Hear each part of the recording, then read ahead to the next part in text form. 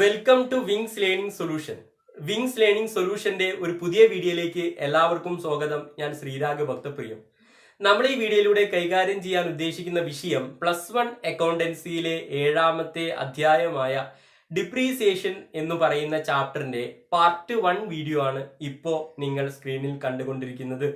അപ്പോൾ വീഡിയോയിലേക്ക് പോകുന്നതിന് മുമ്പേ, ക്ലാസ്സിലേക്ക് പോകുന്നതിന് മുൻപേ ഈ കണ്ടുകൊണ്ടിരിക്കുന്ന ആള് ഈ ചാനൽ സബ്സ്ക്രൈബ് ചെയ്യാത്ത ഒരാളാണെങ്കിൽ ദയവായി ഈ ചാനൽ ഒന്ന് സബ്സ്ക്രൈബ് ചെയ്യുക, വീഡിയോ ലൈക്ക് ചെയ്യുക, ഷെയർ ചെയ്യുക. അപ്പൊ നമുക്ക് നേരിട്ട് ക്ലാസ്സിലേക്ക് പോകാം. ഈ ചാപ്റ്ററിന്റെ പാർട്ട് 1 വീഡിയോയിൽ നമ്മൾ ഡിസ്കസ് ചെയ്യാൻ പോകുന്ന ഒരു ടോപ്പിക്കാണ്, ആദ്യത്തെ ഒരു ടോപ്പിക്കാണ് മീനിങ് ഓഫ് ഡിപ്രീസിയേഷൻ. എന്താണ് ഡിപ്രീസിയേഷൻ എന്നതാണ് നമ്മൾ ആദ്യം പഠിക്കാൻ പോകുന്നത്. Simply depreciation means decrease in the value of asset. Depreciation means decrease in the value of asset. Depreciation എന്ന് പറയുന്നത് എന്താണ്? അസറ്റിന്റെ മൂല്യം കുറയുന്നതിനെ വിളിക്കുന്ന പേരാണ് ഡിപ്രീസിയേഷൻ. അസറ്റിന്റെ മൂല്യം കുറഞ്ഞു വരുന്നതിനെ വിളിക്കുന്ന പേരാണ് ഡിപ്രീസിയേഷൻ. ഡിപ്രീസിയേഷൻ എന്ന് പറയുന്ന വാക്കിന്റെ ടേമിന്റെ അർത്ഥം തേയ്മാനം എന്നാണ്. തേയ്മാനം എന്നതാണ് ഡിപ്രീസിയേഷൻ എന്ന് പറയുന്ന വാക്കിന്റെ അർത്ഥം. അപ്പോൾ എന്താണ് ഡിപ്രീസിയേഷൻ എന്ന് പറഞ്ഞാൽ? അസറ്റുകൾക്ക് തേയ്മാനം സംഭവിക്കുന്നതിനെ, അസറ്റിന്റെ മൂല്യം തേയ്മാനം കൊണ്ട് കുറയുന്നതിനെ വിളിക്കുന്ന പേരാണ് ഡിപ്രീസിയേഷൻ. ഇനി നമ്മൾ ഡിസ്കസ് ചെയ്യാൻ പോകുന്നത് കോസസ് ഓഫ് ഡിപ്രീസിയേഷനെ പറ്റിയാണ്. എന്തൊക്കെ കാരണങ്ങൾ കൊണ്ടാണ് അസറ്റുകൾക്ക് തേയ്മാനം സംഭവിക്കുന്നത്, എന്തൊക്കെ കാരണങ്ങൾ കൊണ്ടാണ് അസറ്റുകളുടെ മൂല്യം കുറയുന്നത്. അപ്പൊ ഈ പോയിന്റ് ഡിസ്കസ് ചെയ്യുന്നതിന് മുന്നോടിയായിട്ട് നിങ്ങൾ ഒരു കാര്യം മനസ്സിലാക്കി വെക്കുക. ഫിക്സഡ് അസറ്റുകൾക്കും ചില വേസ്റ്റിംഗ് അസറ്റുകൾക്കും മാത്രമാണ് ഡിപ്രീസിയേഷൻ സംഭവിക്കുന്നത്. അപ്പോൾ കറണ്ട് അസറ്റുകൾക്ക് ഡിപ്രീസിയേഷൻ സംഭവിക്കുന്നില്ല എന്നതാണ് അതിന്റെ ഒരു പ്രത്യേകത. ഫിക്സഡ് അസറ്റുകൾക്കും ചില വേസ്റ്റിംഗ് അസറ്റുകൾക്കുമാണ് ഡിപ്രീസിയേഷൻ സംഭവിക്കുന്നത്, അത് ഓർത്ത് വെക്കുക. അപ്പോൾ ഡിപ്രീസിയേഷന്റെ കാരണങ്ങൾ ഇനി നമുക്ക് ഡിസ്കസ് ചെയ്യാം. ഡിപ്രീസിയേഷൻ സംഭവിക്കാനുള്ള, അസറ്റുകളുടെ മൂല്യം കുറയാനുള്ള, ഫിക്സഡ് അസറ്റുകളുടെയൊക്കെ മൂല്യം കുറയാനുള്ള ഒന്നാമത്തെ കാരണമാണ് കോൺസ്റ്റന്റ് യൂസ് ഓഫ് അസറ്റ്. അസറ്റിന്റെ തുടർച്ചയായിട്ടുള്ള ഉപയോഗം അഥവാ അസറ്റിന്റെ സ്ഥിരമായിട്ടുള്ള ഉപയോഗം. നമുക്കറിയാം, ഇത് അസറ്റുമായി ബന്ധപ്പെടുത്തി പറയണമെന്നില്ല. നമുക്കറിയാം, നമ്മൾ ഉപയോഗിക്കുന്ന ചെരുപ്പ്, നമ്മൾ ഒരു ചെരുപ്പ് തുടർച്ചയായിട്ട് സ്ഥിരമായിട്ട് ഉപയോഗിച്ചാൽ ആ ചെരുപ്പ് ആ ചെരുപ്പിന് തേയ്മാനം സംഭവിക്കും, ആ ചെരുപ്പ് തേഞ്ഞു പോകും. അതുപോലെ തന്നെയാണ് അസറ്റിന്റെ കാര്യവും, അക്കൗണ്ടിങ്ങിൽ അസറ്റിന്റെ കാര്യവും. ഒരു അസറ്റ് നമ്മൾ തുടർച്ചയായിട്ട് ഉപയോഗിച്ചാൽ ആ അസറ്റിന് എന്ത് സംഭവിക്കും? തേയ്മാനം സംഭവിക്കും, അഥവാ ഡിപ്രീസിയേഷൻ സംഭവിക്കും. അപ്പൊ അസറ്റിന് ഡിപ്രീസിയേഷൻ സംഭവിക്കാനുള്ള, അസറ്റിന്റെ മൂല്യം കുറയാനുള്ള ഒന്നാമത്തെ കാരണം എന്താ? കോൺസ്റ്റന്റ് യൂസ്, സ്ഥിരമായിട്ടുള്ള ഉപയോഗം അഥവാ തുടർച്ചയായിട്ടുള്ള ഉപയോഗം. രണ്ടാമത്തെ കാരണമാണ് ഡിപ്ലീഷൻ എന്ന് വിളിക്കും. ഡിപ്ലീഷൻ എന്താണെന്ന് ഞാൻ ഡിസ്കസ് ചെയ്യുമ്പോൾ നിങ്ങൾക്ക് എന്താണ് ഡിപ്ലീസിയേഷൻ എന്ന് മനസ്സിലായിക്കോളും. ഡിപ്ലീഷൻ എന്ന് പറഞ്ഞാൽ വേസ്റ്റിംഗ് അസറ്റുകൾക്കാണ് ഡിപ്ലീഷൻ സംഭവിക്കുക. നമുക്കറിയാം, വേസ്റ്റിംഗ് അസറ്റുകൾക്ക് ഉദാഹരണമാണല്ലോ കോറികൾ, പാറക്കോറികൾ, എണ്ണപ്പാടങ്ങളൊക്കെ തുടങ്ങിയവ. ആക്കെ എന്തിനു ഉദാഹരണമാണ്? വേസ്റ്റിംഗ് അസറ്റുകൾക്ക് ഉദാഹരണമാണ്. വേസ്റ്റിംഗ് അസറ്റുകളുടെ പ്രത്യേകത എന്താ? വേസ്റ്റിംഗ് അസറ്റുകൾ ഭൂമിയിൽ നിന്ന് എടുക്കും തോറും അതിന്റെ മൂല്യം കുറഞ്ഞു വരും. പാറക്കോറികളിൽ നിന്നും പാറ പൊട്ടിച്ചെടുക്കും തോറും പാറകളുടെ എണ്ണം കുറഞ്ഞു വരും. എണ്ണപ്പാടങ്ങളിൽ നിന്നും എണ്ണ നമ്മൾ ഖനനം ചെയ്തെടുക്കും തോറും നമുക്ക് കിട്ടുന്ന എണ്ണയുടെ അവൈലബിലിറ്റി കുറഞ്ഞുകൊണ്ടിരിക്കും. അപ്പൊ ഡിപ്ലീഷൻ, അസറ്റ് ഉപയോഗിക്കുന്നതോറും അതിന്റെ മൂല്യം കുറഞ്ഞു വരുന്നതിനെയാണ് നമ്മൾ ഡിപ്ലീഷൻ എന്ന് വിളിക്കുക. അപ്പൊ ഡിപ്ലീഷനും എന്തിന് കാരണമാണ്? ഡിപ്രീസിയേഷന് കാരണമാണ്. അസറ്റുകൾക്ക് തേയ്മാനം സംഭവിക്കാനുള്ള രണ്ടാമത്തെ കാരണമാണ്. മൂന്നാമത്തെ കാരണം എന്താണ്? ആക്സിഡൻസ്, അപകടങ്ങൾ. നമുക്കറിയാം, വെഹിക്കിൾസ്, വാഹനങ്ങൾ, ഒരു ബിസിനസിന്റെ വാഹനങ്ങൾ, ആ ബിസിനസിനെ സംബന്ധിച്ചിടത്തോളം ഫിക്സഡ് അസറ്റ് ആണ്. ആ വാഹനങ്ങൾക്ക് അപകടം സംഭവിക്കുമല്ലോ, വെഹിക്കിൾസുകൾക്ക് ആക്സിഡന്റ് സംഭവിക്കുമല്ലോ. ആക്സിഡൻസ് സംഭവിക്കുമ്പോൾ, വാഹനങ്ങൾക്ക് അപകടങ്ങൾ സംഭവിക്കുമ്പോൾ വാഹനങ്ങളുടെ, വെഹിക്കിൾസിന്റെ മൂല്യം കൂടുകയാണോ കുറയുകയാണോ ചെയ്യുക? കുറയുകയല്ലേ ചെയ്യുക. അപ്പൊ ആക്സിഡൻസും അസറ്റിന്റെ മൂല്യം കുറയാനുള്ള ഒരു കാരണമാണ്, അഥവാ ആക്സിഡൻസും ഡിപ്രീസിയേഷൻ സംഭവിക്കാനുള്ള മൂന്നാമത്തെ അവസാനത്തെ കാരണമാണ്. അപ്പൊ ഇതാണ് പ്രധാനപ്പെട്ട അസറ്റുകളുടെ മൂല്യം കുറയാനുള്ള കാരണങ്ങൾ. ഇനി നമ്മൾ ഡിസ്കസ് ചെയ്യാൻ പോകുന്ന മറ്റൊരു ടോപ്പിക്കാണ് accounting treatment related to depreciation or journal entries related to depreciation. ഡിപ്രീസിയേഷനുമായി ബന്ധപ്പെട്ട് വരുന്ന ജേണൽ എൻട്രികളെ പറ്റിയാണ് ഇനി നമ്മൾ ഡിസ്കസ് ചെയ്യാൻ പോകുന്നത്. ഒന്നാമത്തെ ജേണൽ എൻട്രി, നമ്മൾ പൈസ കൊടുത്ത് അസറ്റ് വാങ്ങുമ്പോഴുള്ള ജേണൽ എൻട്രി ആണ്. ക്യാഷ് കൊടുത്ത് അസറ്റ് വാങ്ങുമ്പോഴുള്ള ജേണൽ എൻട്രി ആണ്. എങ്ങനെയാണ് ക്യാഷ് കൊടുത്തിട്ട് അസറ്റ് വാങ്ങുമ്പോൾ നമ്മൾ ജേണൽ എൻട്രി റെക്കോർഡ് ചെയ്യുക? Asset account debit to cash account എന്നാണ്. ഏത് അസറ്റ് ആണോ വാങ്ങിയത് ആ അസറ്റിനെ ഡെബിറ്റ് ചെയ്യും, ക്യാഷിനെ ക്രെഡിറ്റ് ചെയ്യും. അപ്പോൾ ക്യാഷ് കൊടുത്ത് അസറ്റ് വാങ്ങുമ്പോഴുള്ള ജേണൽ എൻട്രിയാണ് asset account debit to cash account. ഉദാഹരണം 1 ലക്ഷം രൂപ കൊടുത്തിട്ട് നമ്മൾ ഒരു മിഷനറി വാങ്ങി എന്ന് വിചാരിച്ചോളൂ. അതെങ്ങനെയാണ് നമ്മുടെ കണക്ക് പുസ്തകത്തിൽ രേഖപ്പെടുത്തുക? Machinery account debit to cash account. മിഷനറിന്റെയും ക്യാഷിന്റെയും നേരെ നമ്മൾ 1 ലക്ഷം കാണിക്കും. ഇനി രണ്ടാമത്തെ ജേണൽ എൻട്രി ഡിപ്രീസിയേഷൻ ചാർജ് ചെയ്യുമ്പോഴുള്ള ജേണൽ എൻട്രി. ഡിപ്രീസിയേഷൻ കണക്കാക്കുന്നത്, ഒരു അസറ്റിന്റെ മുകളിൽ ഡിപ്രീസിയേഷൻ കാണുന്നത് എല്ലാ വർഷത്തിന്റെയും അവസാന കാലയളവിലാണ് അസറ്റുകളുടെ ഒക്കെ മുകളിൽ ഡിപ്രീസിയേഷൻ ചാർജ് ഈടാക്കുന്നത്, തേയ്മാനം ഈടാക്കുന്നത്. എല്ലാ വർഷവും അസറ്റുകൾക്ക് മുകളിൽ ഒരു നിശ്ചിത തുക ഡിപ്രീസിയേഷൻ ഈടാക്കും എന്നതാണ്. ഇനി അസറ്റുകൾക്ക് മുകളിൽ ഡിപ്രീസിയേഷൻ ചാർജ് ചെയ്യുമ്പോഴുള്ള ജേണൽ എൻട്രിയാണ് depreciation account debit to asset account എന്നാണ് ജേണൽ എൻട്രി. ഡിപ്രീസിയേഷൻ ഒരു ബിസിനസിനെ സംബന്ധിച്ചിടത്തോളം എക്സ്പെൻസ് ആണ്, അതുകൊണ്ടാണ് ഡിപ്രീസിയേഷനെ ഡെബിറ്റ് ചെയ്തത്. അസറ്റിനെ ക്രെഡിറ്റ് ചെയ്യാനുള്ള കാരണം, അസറ്റുകൾക്ക് ഡിപ്രീസിയേഷൻ സംഭവിക്കുമ്പോൾ അസറ്റിന്റെ മൂല്യം കുറയാണ്, അസറ്റ് കുറയുമ്പോൾ ക്രെഡിറ്റ് ചെയ്യണം എന്ന് നമ്മൾ പഠിച്ചതാണ്. അപ്പോൾ അതുകൊണ്ടാണ് depreciation account debit to asset account എന്ന് വന്നത്. നമ്മൾ ഡിപ്രീസിയേഷൻ കണക്കാക്കുക നമ്മൾ എല്ലാ വർഷത്തിന്റെയും അവസാന ദിവസങ്ങളിലാണ്, അവസാന കാലയളവിലാണ് നമ്മൾ ഡിപ്രീസിയേഷൻ കണക്കാക്കുക. ഉദാഹരണം, നമ്മൾ നേരത്തെ മേടിച്ച 1 ലക്ഷം രൂപയുടെ മിഷനറിക്ക് മുകളിൽ 10% ഡിപ്രീസിയേഷൻ ഈടാക്കി. അതിന്റെ ജേണൽ എൻട്രി നമ്മൾ എങ്ങനെ റെക്കോർഡ് ചെയ്യുക? 1 ലക്ഷത്തിന്റെ 10% എന്ന് പറയുന്നത് 10,000 ആണ്. അതെങ്ങനെ രേഖപ്പെടുത്തുക? Depreciation account debit 10,000 to machinery account 10,000 എന്ന് പറഞ്ഞിട്ട് നമ്മൾ കണക്ക് പുസ്തകത്തിൽ രേഖപ്പെടുത്തും. ഇങ്ങനെയാണ് ഡിപ്രീസിയേഷൻ രേഖപ്പെടുത്തുമ്പോൾ, ഡിപ്രീസിയേഷൻ ചാർജ് ചെയ്യുമ്പോൾ ജേണൽ എൻട്രി. അസറ്റുകൾക്ക് മുകളിൽ ഡിപ്രീസിയേഷൻ ചാർജ് ചെയ്യുമ്പോൾ ജേണൽ എൻട്രി. ഇനി മൂന്നാമത്തെ ജേണൽ എൻട്രി, ഡിപ്രീസിയേഷന്റെ തുക നമ്മൾ എല്ലാ വർഷവും നമ്മൾ അസറ്റിന്റെ മുകളിൽ ഈടാക്കുന്ന ഡിപ്രീസിയേഷന്റെ തുക എല്ലാ കൊല്ലവും തയ്യാറാക്കുന്ന പ്രോഫിറ്റ് ആൻഡ് ലോസ് അക്കൗണ്ടിന്റെ ഡെബിറ്റ് സൈഡിൽ കാണിക്കണം. ഇങ്ങനെ പ്രോഫിറ്റ് ആൻഡ് ലോസ് അക്കൗണ്ടിന്റെ ഡെബിറ്റ് സൈഡിലേക്ക് ഡിപ്രീസിയേഷന്റെ തുക മാറ്റുമ്പോഴുള്ള ജേണൽ എൻട്രിയാണ് profit and loss account debit to depreciation account. Profit and loss account debit to depreciation account. നേരത്തെ പറഞ്ഞ ഉദാഹരണം വെച്ചുകൊണ്ടായിരുന്നുവെങ്കിൽ profit and loss account debit to depreciation account രണ്ട് സൈഡിലും 10,000. ഇനി അസറ്റ് വിൽക്കുമ്പോഴുള്ള ജേണൽ എൻട്രിയാണ് നമ്മൾ ഡിസ്കസ് ചെയ്യാൻ പോകുന്നത്. അസറ്റ് വിൽക്കുമ്പോൾ നമുക്ക് ക്യാഷ് കിട്ടും. അപ്പോൾ നമ്മൾ ബിൽഡിംഗ് എന്ന് പറയുന്ന അസറ്റ് വിറ്റു എന്ന് വിചാരിച്ചോളൂ. ഒരു 80,000 രൂപയുടെ ബിൽഡിംഗ് നമ്മൾ വിറ്റു. അപ്പോൾ 80,000 രൂപയുടെ ബിൽഡിംഗ് വിറ്റപ്പോൾ നമുക്ക് 80,000 രൂപ കിട്ടി. അതെങ്ങനെ നമ്മൾ രേഖപ്പെടുത്തുക? Cash account debit 80,000 to building account 80,000 എന്ന് പറഞ്ഞിട്ട് നമ്മൾ കണക്ക് പുസ്തകത്തിൽ രേഖപ്പെടുത്തും. ഇങ്ങനെയാണ്. ഇത് നമ്മൾ ലാഭത്തിനും അല്ല നഷ്ടത്തിനും അല്ല, നമ്മൾ ഒറിജിനൽ വിലയിൽ അസറ്റ് വിൽക്കുമ്പോഴുള്ള ജേണൽ എൻട്രിയാണ് cash account debit to building account. രണ്ട് സൈഡിൽ 80,000 കാണിക്കും. ഇനി നമുക്ക് cash account debit to asset account എന്നാണ് അതിന്റെ ബേസ് എൻട്രി. ഇനി നമ്മൾ അസറ്റ് ലാഭത്തിനുമാണ് വിൽക്കുന്നതെന്ന് വിചാരിച്ചോളൂ. ഈ 80,000 രൂപയുടെ ബിൽഡിംഗ് 1 ലക്ഷം രൂപയ്ക്ക് വിൽക്കുക എന്ന് പറയുമ്പോൾ അതെന്താണ്? 20,000 രൂപയ്ക്ക് ലാഭത്തിന് വിൽക്കുക എന്നാണല്ലോ അർത്ഥം. അസറ്റുകൾ ലാഭത്തിന് വിൽക്കുമ്പോഴുള്ള ബേസ് ആയിട്ടുള്ള ജേണൽ എൻട്രി ഇങ്ങനെയാണ്: cash account debit to asset account to profit and loss account.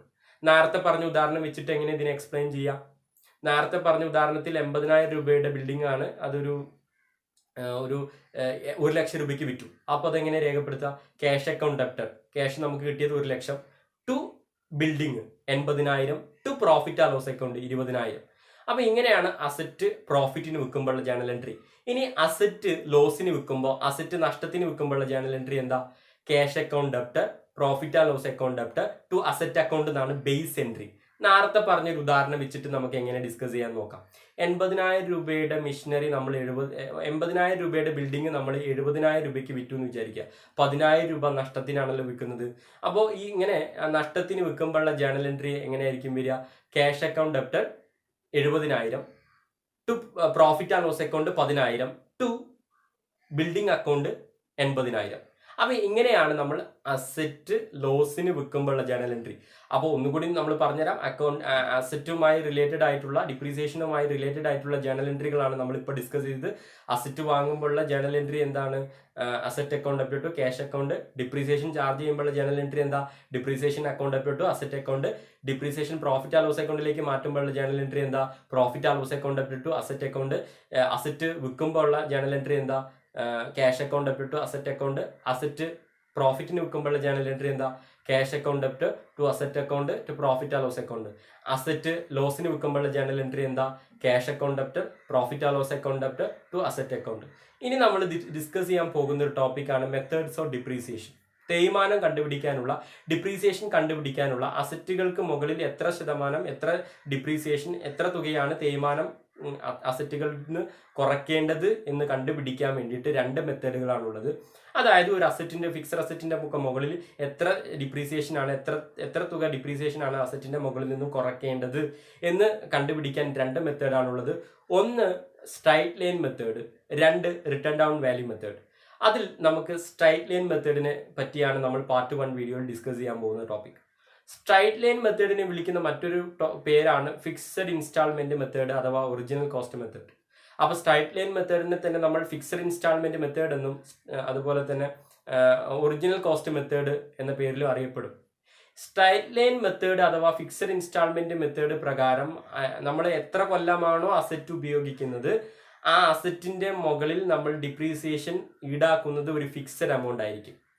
അപ്പോൾ ഈ സ്ട്രൈറ്റ് ലൈൻ മെത്തേഡ് പ്രകാരം ഡിപ്രീസിയേഷൻ കണ്ടെത്താനുള്ള ഇക്വേഷൻ ആണ് depreciation is equal to original cost of asset minus scrap value divided by working life.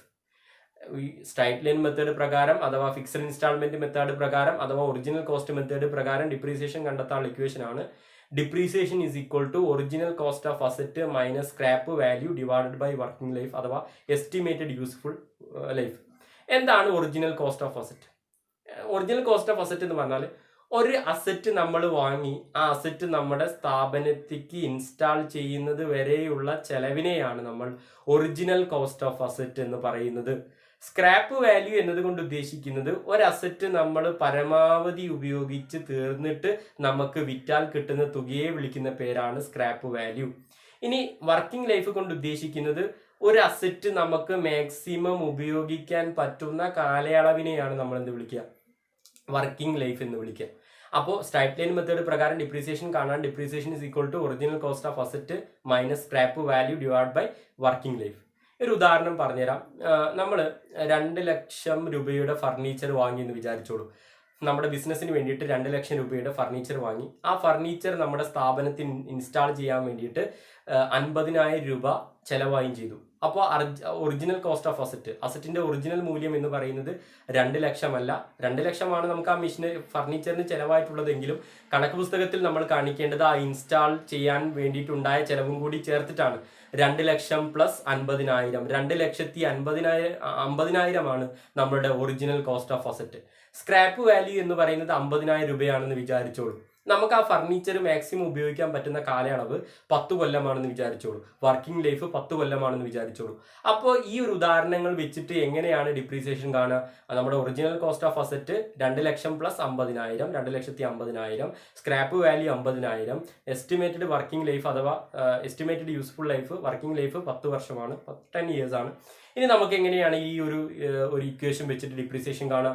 നമുക്ക് depreciation കണ്ടെത്താൻ equation നമുക്കറിയാം. Depreciation is equal to original cost of asset minus scrap value divide by working life എന്നാണ് equation. അപ്പോൾ ഇവിടെ original cost of asset എന്ന് പറയുന്നത് 2 ലക്ഷമാണ്, 2,50,000 ആണ്. 2,50,000 മൈനസ് സ്ക്രാപ്പ് വാല്യൂ 50,000 ഹരിക്കണം വർക്കിംഗ് ലൈഫ് 10. 2,50,000 50,000 കുറച്ചാൽ എത്ര കിട്ടുക? 2 ലക്ഷമാണ് കിട്ടുക. 2 ലക്ഷത്തിനെ 10 കൊണ്ട് ഹരിച്ചാൽ നമുക്ക് 20,000 കിട്ടും. അപ്പൊ 20,000 ഡിപ്രീസിയേഷന്റെ തുക. ഈ അസറ്റ്, ഈ ഫർണിച്ചർ എന്ന് പറയുന്ന അസറ്റ് നമുക്ക് 10 കൊല്ലം ഉപയോഗിക്കാൻ പറ്റുമല്ലോ. അപ്പൊ ഈ 10 കൊല്ലവും ഈ ഫർണിച്ചറിന്റെ മുകളിൽ ഈടാക്കേണ്ട ഡിപ്രീസിയേഷൻ കുറയ്ക്കേണ്ട എമൗണ്ട് എത്രയാണ്? 10,000 രൂപയാണ്. 20,000 രൂപയാണ്. 2,50,000 മൈനസ് 50,000, 2 ലക്ഷം. 2 ലക്ഷത്തിനെ 10 കൊണ്ട് ഹരിച്ചാൽ 20,000. 20,000 നമുക്ക് കിട്ടിയ ഡിപ്രീസിയേഷന്റെ തുക. ഈ 20,000 രൂപ അസറ്റിന്റെ മൂല്യത്തിൽ നിന്നും 10 കൊല്ലം കുറച്ചുകൊണ്ടേയിരിക്കണം. അതാണ് എന്ത്? ഫിക്സഡ് ഇൻസ്റ്റാൾമെന്റ് മെത്തേഡ് അഥവാ സ്ട്രൈറ്റ് ലൈൻ മെത്തേഡ് അഥവാ original cost method.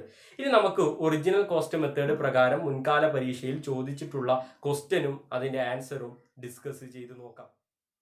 Straight line method പ്രകാരം ഡിപ്രീസിയേഷൻ കണ്ടെത്താനുള്ള ഡിപ്രീസിയേഷനുമായി ബന്ധപ്പെട്ട ഒരു ക്വസ്റ്റ്യൻ ആണ് ഇപ്പോൾ നിങ്ങൾ സ്ക്രീനിൽ കണ്ടുകൊണ്ടിരിക്കുന്നത്. ഈ ക്വസ്റ്റ്യനിൽ എന്താ പറയുന്നത്? On 1st May 2015, a machine was purchased for ₹16,000. 1 May 2015 ഒരു ബിസിനസ് സ്ഥാപനം 60,000 രൂപയുടെ മെഷീനറി വാങ്ങി. It was sold for ₹45,000 on 30th June 2017. ഇങ്ങനെ 1 മെയ് 2015 60,000 രൂപയ്ക്ക് വാങ്ങിയ മെഷീനറി 30 ജൂൺ 2017 45,000 രൂപയ്ക്ക് വിറ്റു. And a new machinery was purchased for ₹20,000. ആ ദിവസം തന്നെ 30 ജൂൺ 2017 തന്നെ ഒരു 20,000 രൂപയുടെ പുതിയ മിഷനറി വാങ്ങി. Accounts R closed on 31 December every year. ഈ ബിസിനസിന്റെ സാമ്പത്തിക വർഷം അവസാനിക്കുന്നത് 31 ഡിസംബർ ആണ്. എല്ലാ വർഷവും 31 ഡിസംബറിനാണ്. അപ്പൊ ഇവര് ഫോളോ ചെയ്യുന്ന ഫിനാൻഷ്യൽ ഇയർ എങ്ങനെയായിരിക്കും? 1 ജാനുവരി ടു 31 ഡിസംബർ ആയിരിക്കും ഇവര് ഫോളോ ചെയ്യുന്ന financial year. 1 January to 31 December വരെ ആയിരിക്കും ഈ ബിസിനസ് സ്ഥാപനം ഫോളോ ചെയ്യുന്ന financial year. Show machine account by charging 10% PA per annum depreciation on straight line method up to December 2017. 2017 വരെയുള്ള മിഷനറി അക്കൗണ്ട് തയ്യാറാക്കാനാണ് പറഞ്ഞിട്ടുള്ളത്. ഡിപ്രീസിയേഷൻ ചാർജ് ചെയ്യുന്നത് 10% സ്ട്രൈറ്റ് ലൈൻ മെത്തേഡ് പ്രകാരം. അപ്പോൾ 2017 വരെയുള്ള മിഷനറി അക്കൗണ്ട് വരയ്ക്കാനാണ്, മിഷനറിന്റെ ലെഡ്ജർ അക്കൗണ്ട് തയ്യാറാക്കാനാണ് പറഞ്ഞിട്ടുള്ളത്. Depreciation ഈടാക്കുന്നത് straight line method പ്രകാരമാണ്, 10%. ഇത്തരത്തിലുള്ള ക്വസ്റ്റ്യൻ ആണ് ഡിപ്രീസിയേഷനുമായി ബന്ധപ്പെട്ട് പരീക്ഷയ്ക്ക് ചോദിക്കാറുള്ളത്. അപ്പൊ ഇങ്ങനെ ഒരു ക്വസ്റ്റ്യൻ വന്നാൽ നമ്മൾ എങ്ങനെയാണ് ചെയ്യേണ്ടത് എന്ന് നമുക്ക് നോക്കാം. അപ്പൊ ആദ്യം തന്നെ ചെയ്യേണ്ട പരിപാടി എന്തെന്ന് വെച്ചാൽ, നമുക്ക് ക്വസ്റ്റ്യനിൽ ഏത് അസറ്റ് ആണോ പറഞ്ഞിട്ടുള്ളത് ആ അസറ്റിന്റെ ലെഡ്ജർ അക്കൗണ്ട് തയ്യാറാക്കലാണ് ആദ്യം ചെയ്യേണ്ട പരിപാടി. ഇത് ക്വസ്റ്റ്യനിൽ പറയുന്ന അസറ്റ് മെഷീൻ ആണ്. അതുകൊണ്ട് ഞാൻ മിഷനറി അക്കൗണ്ട് എന്ന് പറയുന്ന ഒരു ലെഡ്ജർ അക്കൗണ്ട് വരച്ചിട്ടുണ്ട്. നിങ്ങൾക്ക് അറിയാം, ഒരു ലെഡ്ജറിന് 2 സൈഡാണ് ഉള്ളത്. ഡെബിറ്റ് സൈഡ് ഉണ്ട്, ക്രെഡിറ്റ് സൈഡ് ഉണ്ട്. Date, particulars, amount, date, particulars, amount, ഇങ്ങനെയാണ് കോളങ്ങൾ വരുന്നത്. അപ്പോ ഇവര് ഒരു മെഷീന് വാങ്ങുന്നുണ്ട്. 60,000 രൂപയുടെ മെഷീന് മെയ് 1 തീയതി 2015 വാങ്ങുന്നുണ്ട്. മെയ് 1 തീയതി 2015 60,000 രൂപയുടെ മിഷനറി വാങ്ങുമ്പോഴുള്ള ജേണൽ എൻട്രി എന്താ? നമ്മൾ പഠിച്ചതാണ്. അസറ്റ് വാങ്ങുമ്പോഴുള്ള ജേണൽ എൻട്രി തന്നെയാണ്. Asset account up to cash account. ഇവിടെ വാങ്ങുന്ന അസറ്റ് മെഷീനാണ്. അതുകൊണ്ട് എങ്ങനെ ജേണൽ എൻട്രി വരിക? Machinery account up to cash account, double 2 സൈഡിൽ നമ്മൾ 60,000 രൂപ കാണിക്കും. അപ്പൊ ഈ ഒരു ട്രാൻസാക്ഷനിൽ, ഈ ഒരു ജേണൽ എൻട്രിയിൽ മെഷീൻ അക്കൗണ്ടിന് ഡെബിറ്റ് ആണ് ചെയ്തിട്ടുള്ളത്. അതുകൊണ്ട് മിഷനറി അക്കൗണ്ടിന്റെ ഏത് സൈഡിൽ കാണിക്കണം? ഡെബിറ്റ് സൈഡിൽ കാണിക്കണം. നമ്മൾ ഡേറ്റ് കോളത്തിൽ ഡേറ്റ് ചെയ്തു. മെഷീൻ വാങ്ങിയ ഡേറ്റ് 1/5/2015. ക്യാഷ് എന്ന് പറഞ്ഞിട്ട് നമ്മൾ എമൗണ്ട് കോളത്തിൽ എത്ര കാണിക്കും? 60,000, 60,000 എമൗണ്ട് കോളത്തിൽ നമ്മൾ കാണിക്കും. ഇനി ചെയ്യേണ്ട പരിപാടി എന്ന് വെച്ചാൽ ഡിപ്രീസിയേഷൻ കണ്ടെത്തണം. ഞാൻ പറഞ്ഞു, എല്ലാ കൊല്ലവും നമ്മൾ അസറ്റിന്റെ വിലയിൽ നിന്നും ഡിപ്രീസിയേഷൻ ഈടാക്കുകയാണ് ചെയ്യുക. എല്ലാ സാമ്പത്തിക വർഷത്തിന്റെ അവസാന ദിവസങ്ങളിലാണ് നമ്മൾ ഡിപ്രീസിയേഷൻ കാണുക. ഡിപ്രീസിയേഷൻ നമ്മൾ അസറ്റിന്റെ മൂല്യത്തിൽ നിന്നും കുറയ്ക്കുകയാണ് ചെയ്യുക. അസറ്റിന്റെ വാല്യൂ നമ്മൾ കണ്ടെത്തുകയാണ് ചെയ്യുക. ഡിപ്രീസിയേഷൻ ചാർജ് ചെയ്യുമ്പോൾ ജേണൽ എൻട്രി നമ്മൾ പഠിച്ചിട്ടുണ്ട്. എന്താണത്? Depreciation account up to asset account. ഇവിടെ അസറ്റ് ഏതാണ്? മിഷനറി ആണ്. അപ്പൊ എങ്ങനെ എൻട്രി വരിക?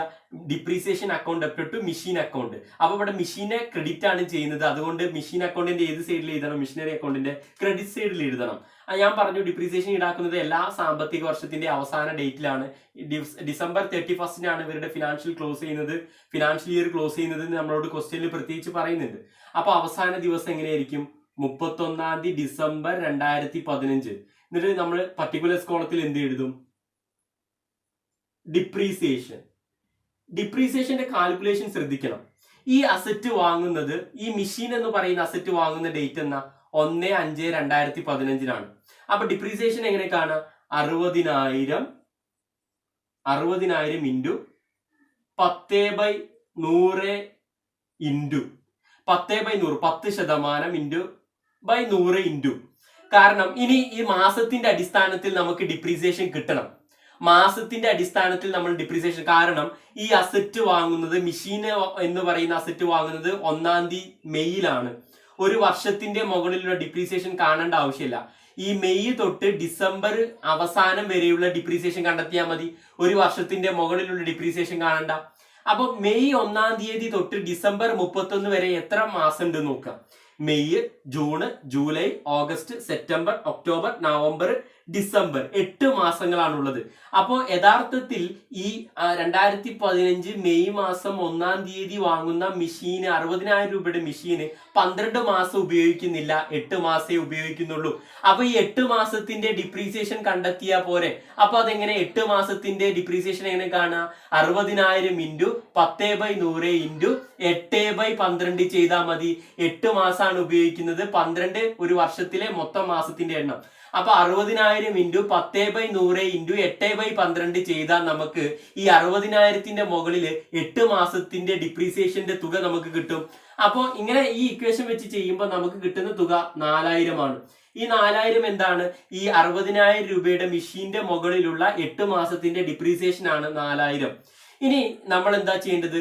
ഇതിന്റെ ബാലൻസ് ക്യാരി ഡൗൺ കണ്ടെത്തണം. നമ്മൾ ലെഡ്ജറിന്റെ പ്രിപ്പറേഷനുമായി ബന്ധപ്പെട്ട് 3rd ചാപ്റ്ററിലെ +1 അക്കൗണ്ടൻസിയുടെ 3rd ചാപ്റ്ററിൽ നമ്മൾ ലെഡ്ജറിന്റെ പ്രിപ്പറേഷനെ പറ്റിയൊക്കെ പറഞ്ഞതാണ്. എങ്ങനെ ബാലൻസ് ക്യാരി ഡൗൺ കണ്ടെത്തുക, ഏത് സൈഡാണ് കൂടുതൽ എന്ന് നോക്കണം. നമ്മൾ മിഷനറി അക്കൗണ്ടിന്റെ ഏത് സൈഡാണ് കൂടുതൽ? ഡെബിറ്റ് സൈഡാണ് കൂടുതൽ. ഡെബിറ്റ് സൈഡിലെ തുക നമ്മൾ 60,000 എഴുതും. ഈ സൈഡിലും നമുക്ക് എത്രയാക്കണം? 60,000 ആക്കണം. ക്രെഡിറ്റ് സൈഡിലും 60,000 ആക്കണം. അതിനെന്ത് ചെയ്യണം? ഈ 60,000 നിന്ന് 4,000 കുറച്ചാൽ മതി. അതാണ് ബാലൻസ് ക്യാരി ഡൗൺ. 31/12/2015 എന്ന് പറഞ്ഞിട്ട് പർട്ടിക്കുലർ കോളത്തിൽ നമ്മൾ എന്ത് എഴുതും? ബാലൻസ് ക്യാരി ഡൗൺ എന്ന് പറഞ്ഞിട്ട് 60,000 നിന്നും 4,000 കുറച്ചാൽ നമുക്ക് എത്ര കിട്ടും? 56,000 എന്ന് കിട്ടും. ഇനി നമ്മൾ 4,000 56,000 കൂട്ടി നമുക്ക് എത്ര കിട്ടും? 60,000. ഇപ്പൊ എന്തായി? മിഷനറി അക്കൗണ്ടിന്റെ ഡെബിറ്റ് സൈഡും ക്രെഡിറ്റ് സൈഡും 2015 ടാലിയായി. ഇനി 31/12/2015 ബാലൻസ് ക്യാരി ഡൗൺ നമ്മളോട് 2017 വരെയുള്ള മിഷനറി അക്കൗണ്ട് പ്രിപ്പയർ ചെയ്യാനാണ് പറഞ്ഞിട്ടുള്ളത്. ഇതിപ്പോ 2015 ഫിനാൻഷ്യൽ ഇയറിലെ മെഷീനുമായി ബന്ധപ്പെട്ട് വരുന്ന കാര്യങ്ങളാണ് ഇതിൽ ഉൾപ്പെടുത്തിയിട്ടുള്ളൂ. ഇനി 16-17 2017ലും 2018ലും കൂടി ട്രാൻസാക്ഷൻസ് നമ്മൾ റെക്കോർഡ് ചെയ്യണം. അപ്പൊ ഈ 31/12/2015 മിഷനറിയുടെ ബാലൻസ് ക്യാരി ഡൗൺ ആയ 56,000 രൂപ നമ്മൾ ബ്രോഡൗൺ ചെയ്യണം. ബ്രോഡൗൺ ചെയ്യുന്ന ഡേറ്റ് എങ്ങനെയായിരിക്കും? പിറ്റത്തെ സാമ്പത്തിക വർഷത്തിലേക്കാണ്, അടുത്ത സാമ്പത്തിക വർഷത്തിലേക്കാണ് ഈ ബാലൻസ് ക്യാരി ഡൗൺ ബ്രോഡൗൺ ചെയ്യാം. 1/1/2016 എന്ന് പറഞ്ഞിട്ട് നമ്മൾ ബാലൻസ് ബ്രോഡൗൺ എന്ന് പറഞ്ഞിട്ടാണ് എത്ര രൂപ കാണിക്കുക?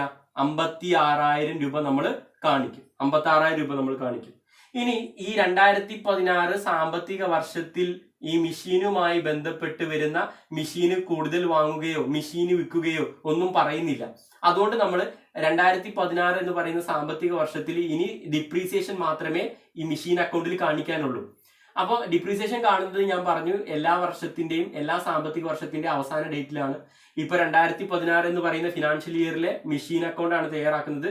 അപ്പോൾ നമ്മൾ ഡിപ്രീസിയേഷൻ ഡേറ്റ് എങ്ങനെ എഴുതുക? 31/12/2016 ഡിപ്രീസിയേഷൻ എന്ന് പറഞ്ഞിട്ട് നമ്മൾ എങ്ങനെ എഴുതണം? ഇത് സ്ട്രൈറ്റ് ലൈൻ മെത്തേഡ് ആണ്. സ്ട്രൈറ്റ് ലൈൻ മെത്തേഡിനെ വിളിക്കുന്ന മറ്റൊരു പേരെന്താ? Original cost method. Original cost method എന്ന് പറഞ്ഞാൽ അസറ്റിന്റെ ഒറിജിനൽ വാല്യൂവിന്റെ മുകളിലാണ് ഡിപ്രീസിയേഷൻ കാണുന്നത്. അതായത് 60,000 ഇൻറ്റു 10/100 ചെയ്താൽ നമുക്ക് എന്ത് കിട്ടും? 2016 ഡിപ്രീസിയേഷൻ കിട്ടും. ഇവിടെ എന്തുകൊണ്ടാണ് 60,000 ഇൻറ്റു 10/100 ഇൻറ്റു 8/12 ഈ 2015 ഫിനാൻഷ്യൽ ഇയറിൽ ചെയ്ത പോലെ തന്നെ മാസത്തിന്റെ അടിസ്ഥാനത്തിൽ ഡിപ്രീസിയേഷൻ 2016 കാൽക്കുലേറ്റ് ചെയ്യാതിരിക്കാനുള്ള കാരണം എന്താണ്? ഈ 60,000 രൂപയുടെ മൂല്യമുള്ള മെഷീന് 2016 സാമ്പത്തിക വർഷത്തിൽ മുഴുവനായിട്ട് ഉപയോഗിക്കുന്നുണ്ട്. അതുകൊണ്ടാണ് ഇവിടെ 60,000ന്റെ മുകളിൽ നേരിട്ട് 10% കണ്ടെത്തിയത്. 60,000ന്റെ 10% എന്ന് പറയുന്നത് 6,000. അതുകൊണ്ട് 2016 ഫിനാൻഷ്യൽ ഇയറിലെ ഡിപ്രീസിയേഷന്റെ വാല്യൂ എന്ന് പറയുന്നത് എത്രയാണ്? 6,000 ആണ്.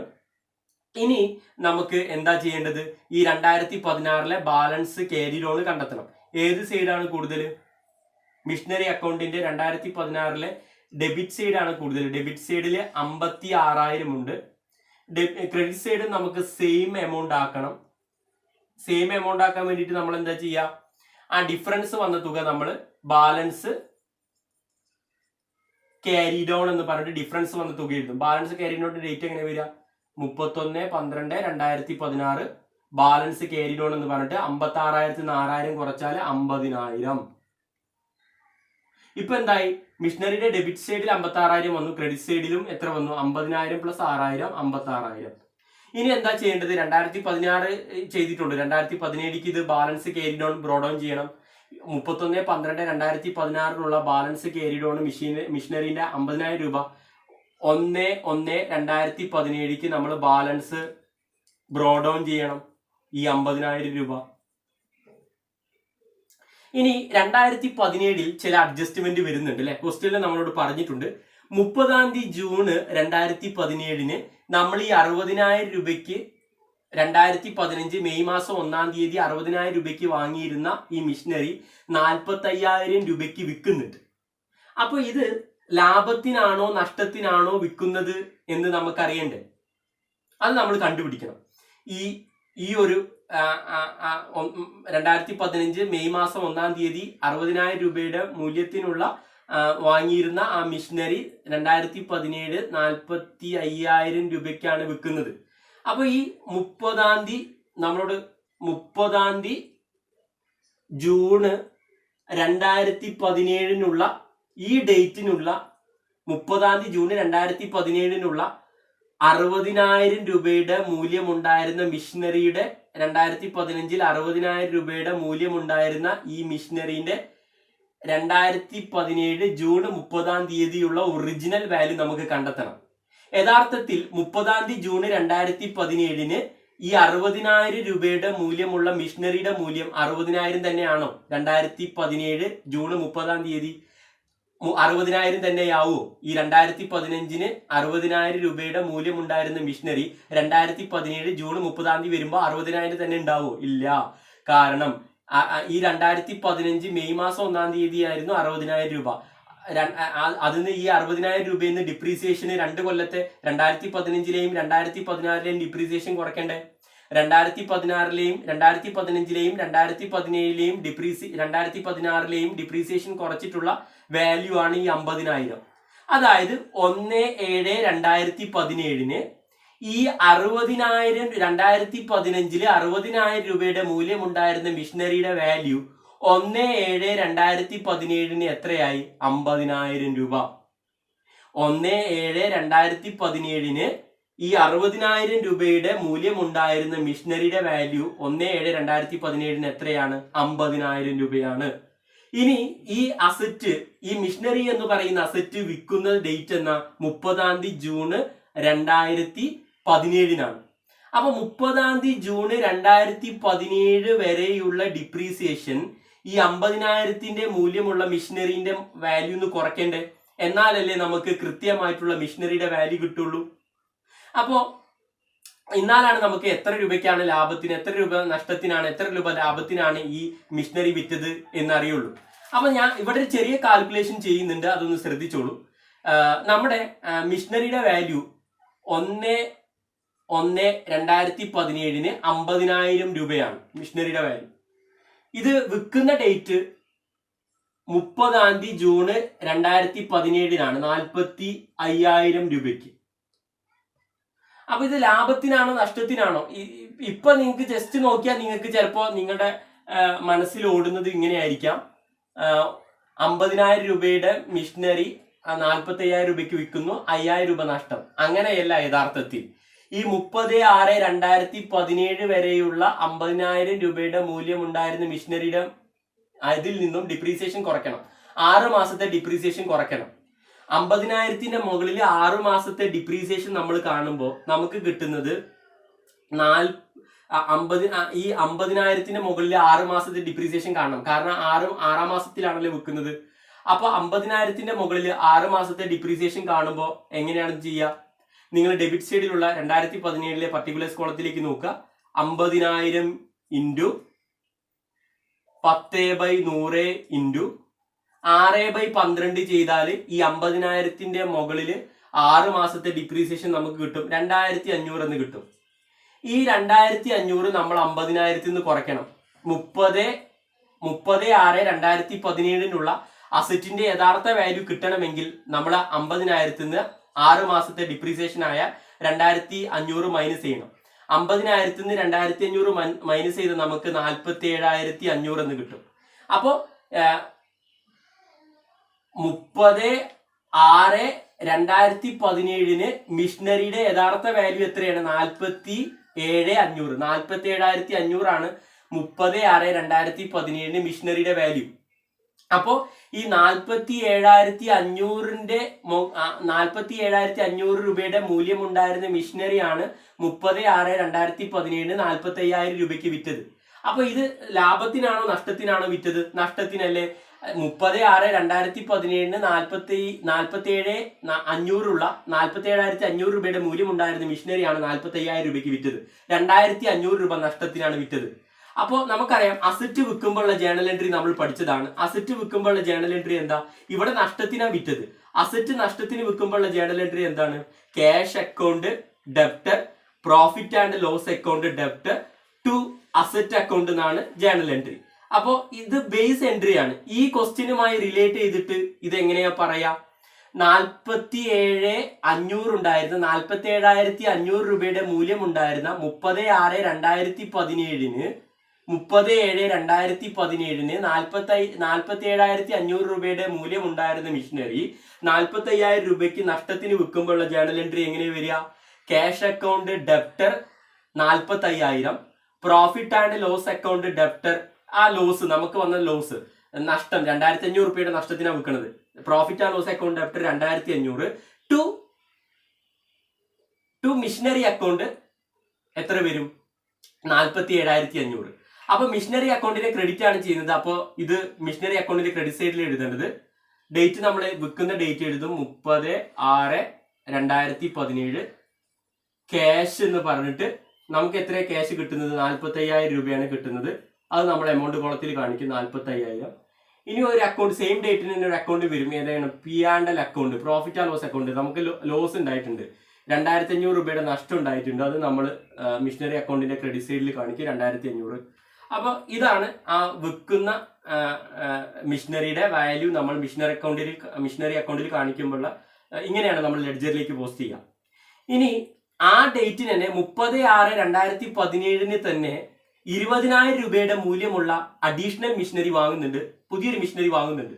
ഈ 30/6/2017 പുതിയ മിഷനറി വാങ്ങുമ്പോഴുള്ള ജേണൽ എൻട്രി എന്താ? Machinery account to cash account, രണ്ട് സൈഡിലും 20,000. അപ്പൊ മിഷനറി അക്കൗണ്ടിന്റെ ഡെബിറ്റ് ആണ് ചെയ്യുന്നത്. അതുകൊണ്ട് ഈ ട്രാൻസാക്ഷൻ മിഷനറി അക്കൗണ്ടിന്റെ ഡെബിറ്റ് സൈഡിൽ കാണിക്കണം. ഡേറ്റ് നമ്മൾ 30/6/2017 എന്ന് പറഞ്ഞിട്ട് ക്യാഷ് എന്ന് പറഞ്ഞിട്ട് ബ്രാക്കറ്റിൽ ന്യൂ മിഷനറി, പുതിയ മിഷനറി നമ്മൾ വാങ്ങുന്നുണ്ട്.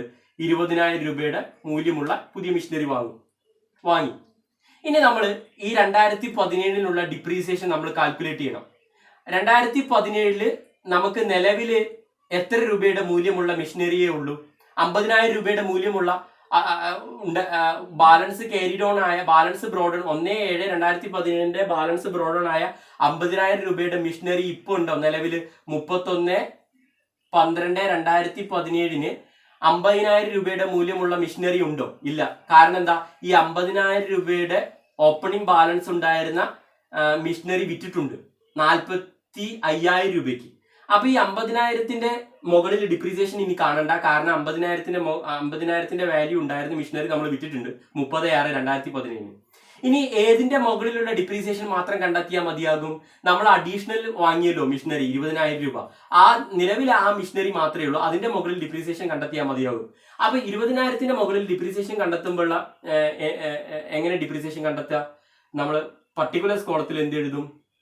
ഡിപ്രീസിയേഷൻ എന്ന് പറഞ്ഞിട്ട് എഴുതും. ഡിപ്രീസിയേഷന്റെ കാൽക്കുലേഷൻ എങ്ങനെ വരിക? ഇത് ഈ 6ാം മാസമാണ് വാങ്ങുന്നത്. അപ്പോൾ ഒരു വർഷത്തിന്റെ മുകളിലുള്ള ഡിപ്രീസിയേഷൻ കാണേണ്ട ആവശ്യമില്ല. എത്ര മാസമാണോ അസറ്റ് ഉപയോഗിക്കുന്നത് ആ മാസത്തിന്റെ ഡിപ്രീസിയേഷൻ മാത്രം കണ്ടെത്തിയാൽ മതിയാകും. അതായത് 20,000 ഇൻറ്റു 10/100 ഇൻറ്റു 6/12. 6/12 30-ാം തീയതി ജൂണിലാണ് വാങ്ങുന്നത്. അപ്പൊ 30-ാം തീയതി കൂട്ടണ്ട, ജൂൺ കൂട്ടണ്ട. July, August, September, October, November, December. July തൊട്ട് ഡിസംബർ വരെ നമുക്ക് 6 മാസങ്ങളാണ് ഉള്ളത്. അപ്പോൾ ഈ 20,000 രൂപയുടെ മൂല്യം ഉണ്ടായിരുന്ന മിഷനറിക്ക് മുകളിൽ 6 മാസത്തെ ഡിപ്രീസിയേഷൻ കണ്ടെത്തിയാൽ മതിയാകും. കാരണം 2017 എന്ന് പറയുന്ന സാമ്പത്തിക വർഷത്തിൽ ഈ 20,000 രൂപയുടെ മൂല്യമുള്ള മിഷനറി 6 മാസമേ ഉപയോഗിക്കുന്നുള്ളൂ. അതുകൊണ്ട് 6 മാസത്തെ ഡിപ്രീസിയേഷൻ കണ്ടാൽ മതിയാകും. 20,000 ഇൻറ്റു 10/100 ഇൻറ്റു 6/12 ചെയ്താൽ നമുക്ക് 1000 എന്ന് കിട്ടും. അപ്പോൾ 1000 ആണ് 2017 ഫിനാൻഷ്യൽ ഇയറിലെ ഈ മിഷനറി അക്കൗണ്ടിന്റെ ഡിപ്രീസിയേഷന്റെ വാല്യൂ. ഇനി നമ്മൾ എന്താ ചെയ്യേണ്ടത്? ബാലൻസ് ക്യാരിഡ് ഓൺ കണ്ടെത്തണം.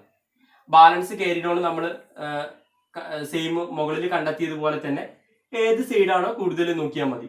ബാലൻസ് ക്യാരിഡ് ഓൺ കണ്ടെത്താൻ നമ്മൾക്ക് ലെഡ്ജർ അക്കൗണ്ടിന്റെ ഏത് സൈഡാണ് കൂടുതൽ നോക്കുക. ലെഡ്ജർ അക്കൗണ്ടിന്റെ മിഷനറി അക്കൗണ്ടിൽ എന്ന് പറയുന്നത് ലെഡ്ജർ അക്കൗണ്ടിന്റെ 2017 ഡെബിറ്റ് സൈഡാണ് കൂടുതൽ. 50,000, 20,000, 70,000 എമൗണ്ട് കുളത്തേക്ക് ഇറക്കി എഴുതുക. ഈ സൈഡിലും നമുക്ക് ക്രെഡിറ്റ് സൈഡിൽ 70,000 ആവണം. ക്രെഡിറ്റ് സൈഡിൽ 70,000 കിട്ടണമെങ്കിൽ എന്ത് ചെയ്താൽ മതി? 70,000 നിന്ന് 45,000, 25,000, 1000 കുറച്ചാൽ മതി. അപ്പൊ നമുക്ക് 21,500 എന്ന് കിട്ടും. ഇതെന്താണ്? 31/12/2017 മിഷനറിയുടെ ബാലൻസ് ക്യാരി ലോൺ ആണ് ഈ 21,500. ഇപ്പോൾ നമുക്ക് മിഷനറി അക്കൗണ്ടിന്റെ ക്രെഡിറ്റ് സൈഡ് കൂട്ടിയാൽ എത്ര കിട്ടും? 70,000 എന്ന് കിട്ടും. അപ്പൊ ഇങ്ങനെയാണ് നമ്മൾ സ്ട്രൈറ്റ് ലൈൻ മെത്തേഡ് പ്രകാരം മിഷനറി അക്കൗണ്ട് ഡിപ്രീസിയേഷൻ കണ്ടിട്ട് ചെയ്യാം.